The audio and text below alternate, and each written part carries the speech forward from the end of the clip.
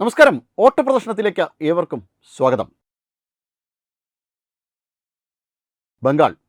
ബംഗാളിലെ മുഴുവൻ സമഗ്രമായി വിലയിരുത്തേണ്ടതുണ്ട്. അതിനു മുന്നേ ആദ്യം ചന്ദ്രനാഥിൻ്റെ കൊലപാതകത്തിൽ നിന്ന് തുടങ്ങാം.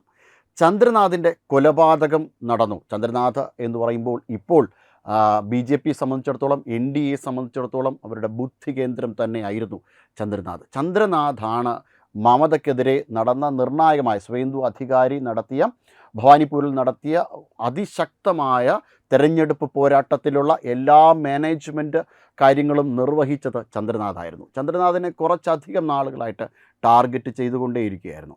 ചന്ദ്രനാഥിൻ്റെ കൊലപാതകം യഥാർത്ഥത്തിൽ സുവേന്ദു അധികാരിക്ക് ഒരു വാണിംഗ് ആയിരുന്നു. അതോടൊപ്പം തന്നെ അവർ ചന്ദ്രനാഥിനെ ടാർഗറ്റ് ചെയ്തതിന് വേറെയും ചില കാര്യങ്ങളുണ്ടായിരുന്നു. അതായത് ചന്ദ്രനാഥ് വളർന്നു വരുന്ന കാര്യക്ഷമതയുള്ള ക്രാന്തദർശിയായ ഒരു നേതാവായിരുന്നു. കാരണം ചന്ദ്രനാഥ് വളർന്നു വന്നു കഴിഞ്ഞാൽ, ഇപ്പോൾ നമ്മൾ നിരീക്ഷിച്ചു കഴിഞ്ഞാൽ ഓരോ സംസ്ഥാനങ്ങളിലും BJPക്ക് വളരെ പ്രധാനപ്പെട്ട നേതാക്കന്മാർ ഓരോ ഇടങ്ങളിലും ഉണ്ട്. അത് ഇപ്പോൾ ബംഗാളിൽ സുവേന്ദു അധികാരിയാണെങ്കിലും, ആസാമിൽ ഹിമന്ത ബിശ്വ ശർമ്മയാണെങ്കിലും, ഉത്തർപ്രദേശിൽ യോഗി ആദിത്യനാഥ് ആണെങ്കിലും, ഇങ്ങനെ ഓരോ സംസ്ഥാനങ്ങളിലും BJPക്ക് നിറയെ നേതാക്കന്മാരുണ്ട്, ഒന്നിലധികം നേതാക്കന്മാരുണ്ട്. അപ്പോൾ ആ ഒരു ഗണത്തിൽ വീണ്ടും ചന്ദ്രനാഥ് കൂടി വരികയാണെങ്കിൽ തീർച്ചയായും സുവേന്ദു അധികാരിക്ക് ശേഷം പോലും അവിടെ മറ്റൊരു നേതാവിനൊരു ഉയർച്ച ഉണ്ടാകില്ല എന്ന് വളരെ കൃത്യമായി, അതായത് ചന്ദ്രനാഥ് വളരെ ചെറുപ്പമാണ്, 40 വയസ്സേ ആയിട്ടുള്ളൂ. അതുകൊണ്ട് തന്നെ ചന്ദ്രനാഥിനെ കൊന്നു കഴിഞ്ഞു കഴിഞ്ഞാൽ തീർച്ചയായും ഒരു ആക്രമണത്തിൻ്റെ മറ്റൊരു പോർമുഖം നടത്തുവാൻ സാധിക്കും എന്ന് TMC കണക്ക് കൂട്ടിയിരുന്നു. ഇത് വിദേശ സഹായത്തോടു കൂടി നടത്തിയ കൊലപാതകമാണ് എന്നുള്ളതാണ് മറ്റൊരു വസ്തുത. ഗ്ലോക്ക് G436 എന്ന തരത്തിലുള്ള ഓസ്ട്രിയൻ നിർമ്മിതമായ ആയുധം ഉപയോഗിച്ചുകൊണ്ടാണ് ചന്ദ്രനാഥിനെ കൊലപ്പെടുത്തിയത്. അതായത് വിദേശ സഹായത്തോടുകൂടി, ജമാഅത്തെ ഇസ്ലാമിയുടെ സഹായത്തോടുകൂടി ബംഗ്ലാദേശിൽ നിന്നും പാകിസ്ഥാനിൽ നിന്നും വളരെ നല്ല രീതിയിലുള്ള സഹായം ലഭിക്കുകയും അത്തരത്തിൽ വിദേശ സഹായം പാകിസ്ഥാൻ്റെയും ബംഗ്ലാദേശിൻ്റെയും ഒക്കെ സഹായത്തോടുകൂടി ഭീകരവാദികളുടെ പിന്തുണയോടുകൂടിയാണ് അത്തരത്തിലുള്ള ഓപ്പറേഷൻ TMC നടത്തിയത് എന്നുള്ളതാണ്. ഈ കാര്യത്തിൻ്റെ പേരിൽ തീർച്ചയായും മമതാ ബാനർജി ജയിലിറക്കുള്ളിലാകുമെന്നുള്ള കാര്യം ഏകദേശം ഉറപ്പാണ്. കാരണം അത്ര കൃത്യമായ ആസൂത്രണമാണ് അവിടെ നടന്നിരിക്കുന്നത്. സംശയങ്ങളുടെ കുന്തമുന മുഴുവൻ നീളുന്നത് മമതയിലേക്കാണ്. തീർച്ചയായും വളരെ സജീവമായ അന്വേഷണം തന്നെ ചന്ദ്രനാഥ് കേസിൽ ഉണ്ടാകുമെന്നുള്ള കാര്യം ഉറപ്പാണ്. അത്തരത്തിൽ ചന്ദ്രനാഥിൻ്റെ കൊലപാതകം ഉൾപ്പെടെയുള്ള പല കാര്യങ്ങളുടെയും നിരീക്ഷണത്തിലേക്ക് പോയാൽ ബംഗാളിനെ മമതാ ബാനർജി കഴിഞ്ഞ 15 വർഷക്കാലത്തെ ഭരണം കൊണ്ട് ബംഗാളിനെ അടിമുടി തകർക്കുകയായിരുന്നു. ബംഗാൾ നിരന്തരമായിട്ടുള്ള ആക്രമണങ്ങൾ നേരിട്ടിട്ടുള്ള ഒരു സംസ്ഥാനമാണ്. നിരവധിയായിട്ടുള്ള പീഡനങ്ങൾ നേരിട്ടിട്ടുള്ള സംസ്ഥാനമാണ്. 1770 ബംഗാളിലെ ആദ്യ ഫെമൈൻ. ബംഗാൾ ഫെമൈൻ്റെ സമയത്ത്, ബംഗാളിലെ ക്ഷാമം നേരിടുന്ന സമയത്ത് തെരുവോരങ്ങളിൽ മരിച്ചു വീഴുന്ന മനുഷ്യരെ, നിരവധി ലക്ഷങ്ങൾ മനുഷ്യരായിരുന്നു അന്ന് തെരുവോരങ്ങളിൽ മരിച്ചു വീണുകൊണ്ടേയിരുന്നത്. ബാറ്റിൽ ഓഫ് പ്ലാസിക്ക് ശേഷം, ബാറ്റിൽ ഓഫ് ബക്സറിന് ശേഷം ബംഗാൾ ബ്രിട്ടൻ്റെ കൈപ്പിടിയിൽ ഒതുങ്ങുകയായിരുന്നു. ബംഗാളിനെ എങ്ങനെ വേണോ ഞെരിക്കുവാൻ വേണ്ടിയിട്ട് ബ്രിട്ടന് സാധിക്കുമായിരുന്നു. ബാറ്റിൽ ഓഫ് ബക്സറിന് ശേഷമാണ് ഏറ്റവും അധികം ഭംഗിയായി ബ്രിട്ടൻ്റെ കയ്യിലേക്ക് ബംഗാൾ ചെന്ന് പതിച്ചത്. ആ രീതിയിൽ ബംഗാളിനെ പിന്നീട് അങ്ങോട്ട് ഞെരിച്ചുടയ്ക്കുകയായിരുന്നു. ബംഗാളിലെ എല്ലാ രംഗങ്ങളും, കാർഷിക രംഗം ആദ്യം തകർത്തു, പിന്നീട് ബംഗാളിനെ അടിമുടി തകർക്കുകയായിരുന്നു. 1943 പിന്നീട് അടുത്ത ഒരു ക്ഷാമവും കൂടി ഉണ്ടായിരുന്നു. അങ്ങനെ ബംഗാൾ തകർന്നുവെങ്കിലും കൊൽക്കത്തയിൽ അപ്പോഴും നല്ല ഒരു നഗരവും ആസൂത്രിതമായൊരു നഗരം തന്നെയായിരുന്നു. നിരവധിയായിട്ടുള്ള വ്യവസായ സ്ഥാപനങ്ങളുണ്ടായിരുന്നു. പക്ഷേ അതിനുശേഷം ബംഗാളിനെ ബ്രിട്ടൻ നോക്കിയ അത്ര പോലും സ്വതന്ത്രാനന്തര ഭാരതത്തിൽ നോക്കുവാൻ ആരും ഉണ്ടായിരുന്നില്ല എന്നുള്ളതാണ് വാസ്തവം. ആദ്യം കോൺഗ്രസിൽ നിന്നും, പിന്നീട് CPMൽ നിന്നും, അതിനുശേഷം മമതയിൽ നിന്നാണ് ഏറ്റവും അധികം കൊടിയ പീഡനങ്ങൾ ബംഗാൾ നേരിട്ടത്. മമതയുടെ കഴിഞ്ഞ 15 വർഷത്തെ ഭരണം ബംഗാളിൻ്റെ സിസ്റ്റം മൊത്തം ഡാമേജ് ആക്കുകയായിരുന്നു മമതാ ബാനർജി ചെയ്തത്. സിസ്റ്റത്തെ മൊത്തം പൊളിച്ചടുക്കുകയായിരുന്നു. അവിടുത്തെ പോലീസ് സംവിധാനം അടിമുടി തകർത്തു. ബംഗാളിൻ്റെ പോലീസ് സംവിധാനം അടിമുടി തകർത്തു. ബംഗാളിനെ മുഴുവനായി നാശോന്മുഖമായ രീതിയിലാക്കുകയായിരുന്നു മമതാ ബാനർജി എന്ന രാഷ്ട്രീയ നേതാവ്. ഒരിക്കൽ അമിത്ഷാ തന്നെ ഒരു പരിപാടിയിൽ പങ്കെടുക്കുന്നതിനിടയിൽ ബംഗാളിലെ പോലീസിനെ പറഞ്ഞുവിടുകയായിരുന്നു, നിങ്ങൾ ഇവിടെ വേണ്ട എന്ന് പറഞ്ഞുകൊണ്ട്.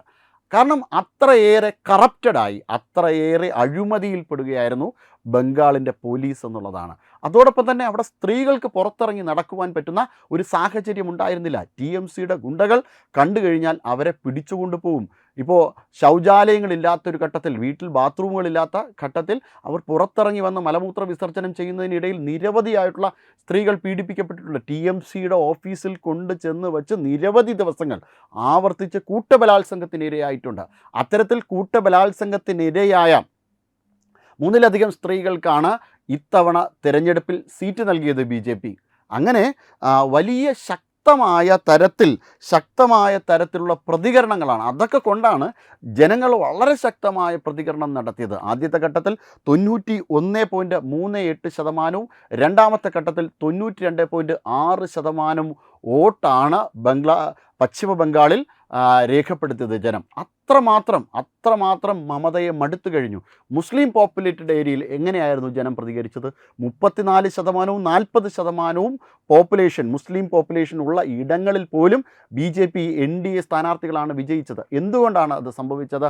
കഴിഞ്ഞ നാളുകളിലൊന്നും ബംഗാളിനെ പുരോഗതിയിലേക്ക്, മാൾഡയിലേക്ക്, ഫാൾട്ടയിലേക്ക്, അതോടൊപ്പം തന്നെ വിവിധ മേഖലകളിലേക്ക്, വിവിധ 24 പർഗനയിൽ, ഇങ്ങനെ എല്ലാ മേഖലയിലേക്കും വികസനം എന്നത് എത്താത്ത ഒരു സാഹചര്യമായിരുന്നു മമത ഭരിച്ചിരുന്നപ്പോൾ ഉണ്ടായിരുന്നത്. അവിടെ നല്ല മെച്ചപ്പെട്ട റോഡുകളുണ്ടായിരുന്നു, ഒന്നുമില്ല. ഗതാഗത സൗകര്യം ഉണ്ടായിരുന്നു, അതുമില്ല.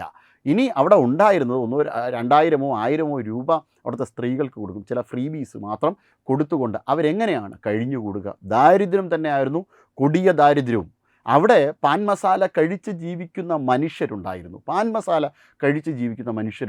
കോടാനുകോടി മനുഷ്യർ അത്തരത്തിൽ ദുഃഖങ്ങളിൽപ്പെടുകയായിരുന്നു. അതുകൊണ്ടാണ് കേരളം ഉൾപ്പെടെയുള്ള സംസ്ഥാനങ്ങളിലേക്ക് ബംഗാളികൾ ഈ പൊറോട്ട അടിക്കാനും മറ്റും വന്നുകൊണ്ടിരുന്നത്. അവർക്ക് മറ്റു അവസരങ്ങളില്ല. അൺസ്കിൽഡ് ആയിട്ടുള്ള, കഴിവില്ലാത്ത, അതായത് മറ്റ് മേഖലകളിൽ സാങ്കേതികമായ കഴിവില്ലാത്ത ആൾക്കാർ രാജ്യത്തിൻ്റെ പല ഭാഗത്തും തൊഴിൽ ചെയ്യാൻ പോകുന്നുണ്ട് എങ്കിൽ തീർച്ചയായും അതിന് ഉത്തരവാദി ആ സംസ്ഥാനം തന്നെയാണ്. സ്കിൽഡ് ലേബറല്ല, സാങ്കേതിക പരിജ്ഞാനമുള്ള ആൾക്കാരല്ല.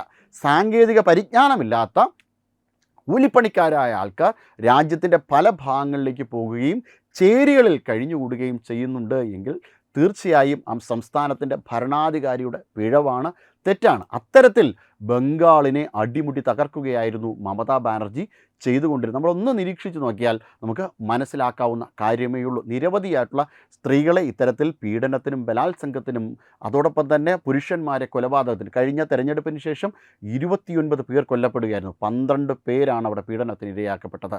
ഇത് കണക്കിൽ മാത്രമാണ്. യഥാർത്ഥ കണക്ക് എത്രയോ അധികമാണ് എന്നുള്ളതാണ്. കാരണം പോലീസ് സ്റ്റേഷനിൽ പോയി ഇവർക്ക് പരാതി പറയാൻ പറ്റുന്ന സാഹചര്യം പോലും ബംഗാളിൽ ഇല്ലായിരുന്നു. അത്തരത്തിൽ തൃണമൂൽ ഗുണ്ടകൾ അഴിഞ്ഞാടുകയായിരുന്നു ബംഗാളിൽ എന്ന് പറയുന്നത്. അവിടെ ഭീകരവാദികളെ കൊണ്ട് ചെന്നുകൊണ്ട് മമത നടത്തുന്ന ഇത്തരത്തിലുള്ള ശ്രമങ്ങൾ വളരെ, അതായത് അവിടുത്തെ മനുഷ്യരെ മുഴുവൻ നശിപ്പിക്കുന്ന ശ്രമങ്ങൾ നിരന്തരം നടത്തിക്കൊണ്ടേയിരുന്നു. ഭീകരവാദികൾക്ക് അവിടെ മേൽക്കൈ ലഭിച്ചുകൊണ്ടേയിരുന്നു. എങ്ങനെയാണോ കാശ്മീരിലുണ്ടായിരുന്നത് അതേപോലെയാണ് ബംഗാളിലും ഉണ്ടായിരുന്നത് എന്നുള്ളത് വാസ്തവമായ പരമാർത്ഥമായ കാര്യമാണ്. ഭീകരവാദ കേന്ദ്രമാക്കി ആ സംസ്ഥാനത്തിനെ അടിമുടി മാറ്റിയെടുക്കുകയായിരുന്നു. ഇതിന് ബംഗ്ലാദേശിൽ നിന്ന് മമതയ്ക്ക് പിന്തുണ ലഭിച്ചിരുന്നു, അതോടൊപ്പം തന്നെ പാകിസ്ഥാനിൽ നിന്ന് മമതയ്ക്ക് പിന്തുണ ലഭിച്ചിരുന്നു എന്നതാണ് അവിടെ നിന്ന് നമുക്ക് ലഭിക്കുന്ന വിവരങ്ങൾ. അത്തരത്തിൽ അവിടുത്തെ പോലീസ് സംവിധാനത്തെ, അവിടുത്തെ റോഡ് ഗതാഗതത്തെ, അവിടുത്തെ മനുഷ്യരെ താറുമാറാക്കിയ സർക്കാരാണ് അവിടുത്തെ ജനങ്ങൾ പടിയടിച്ച് പിണ്ടം വച്ചിരുന്നത് എന്നുള്ളതാണ്. ഈ 2ാം ലോക മഹായുദ്ധത്തിനൊക്കെ മുമ്പ് റഷ്യയുടെ അവസ്ഥ ഇതായിരുന്നു. അവിടുത്തെ ജനങ്ങൾക്ക് പ്രതികരണശേഷി ഇല്ലാതാക്കാൻ വേണ്ടിയിട്ട് വോഡ്ക കൊടുത്തിരുന്ന സ്റ്റാലിനെക്കുറിച്ച് ചരിത്രം പറയുന്നു. ആ രീതിയിൽ മനുഷ്യൻ്റെ ബോധമണ്ഡലത്തെ ഇല്ലാതാക്കിക്കൊണ്ട് മതം കുത്തിത്തിരുകിക്കൊണ്ട് മമതാ ബാനർജി നടത്തിയ നീക്കങ്ങൾ നമുക്ക് പറഞ്ഞാൽ പോലും വിശ്വസിക്കില്ല. കോടാനുകോടിയാണ് ഈ ഓരോ തെരഞ്ഞെടുപ്പിലും കറപ്ഷൻ നടത്തുന്നത്. അതിനുശേഷം അതെല്ലാം മൂടിവെക്കുവാൻ വേണ്ടിയിട്ട് വലിയൊരു കലാപം നടക്കും. ആ കലാപത്തിൽ പ്രതികളെല്ലാവരും രക്ഷപ്പെടും, ബംഗാളിൽ നിന്ന് രക്ഷപ്പെടും.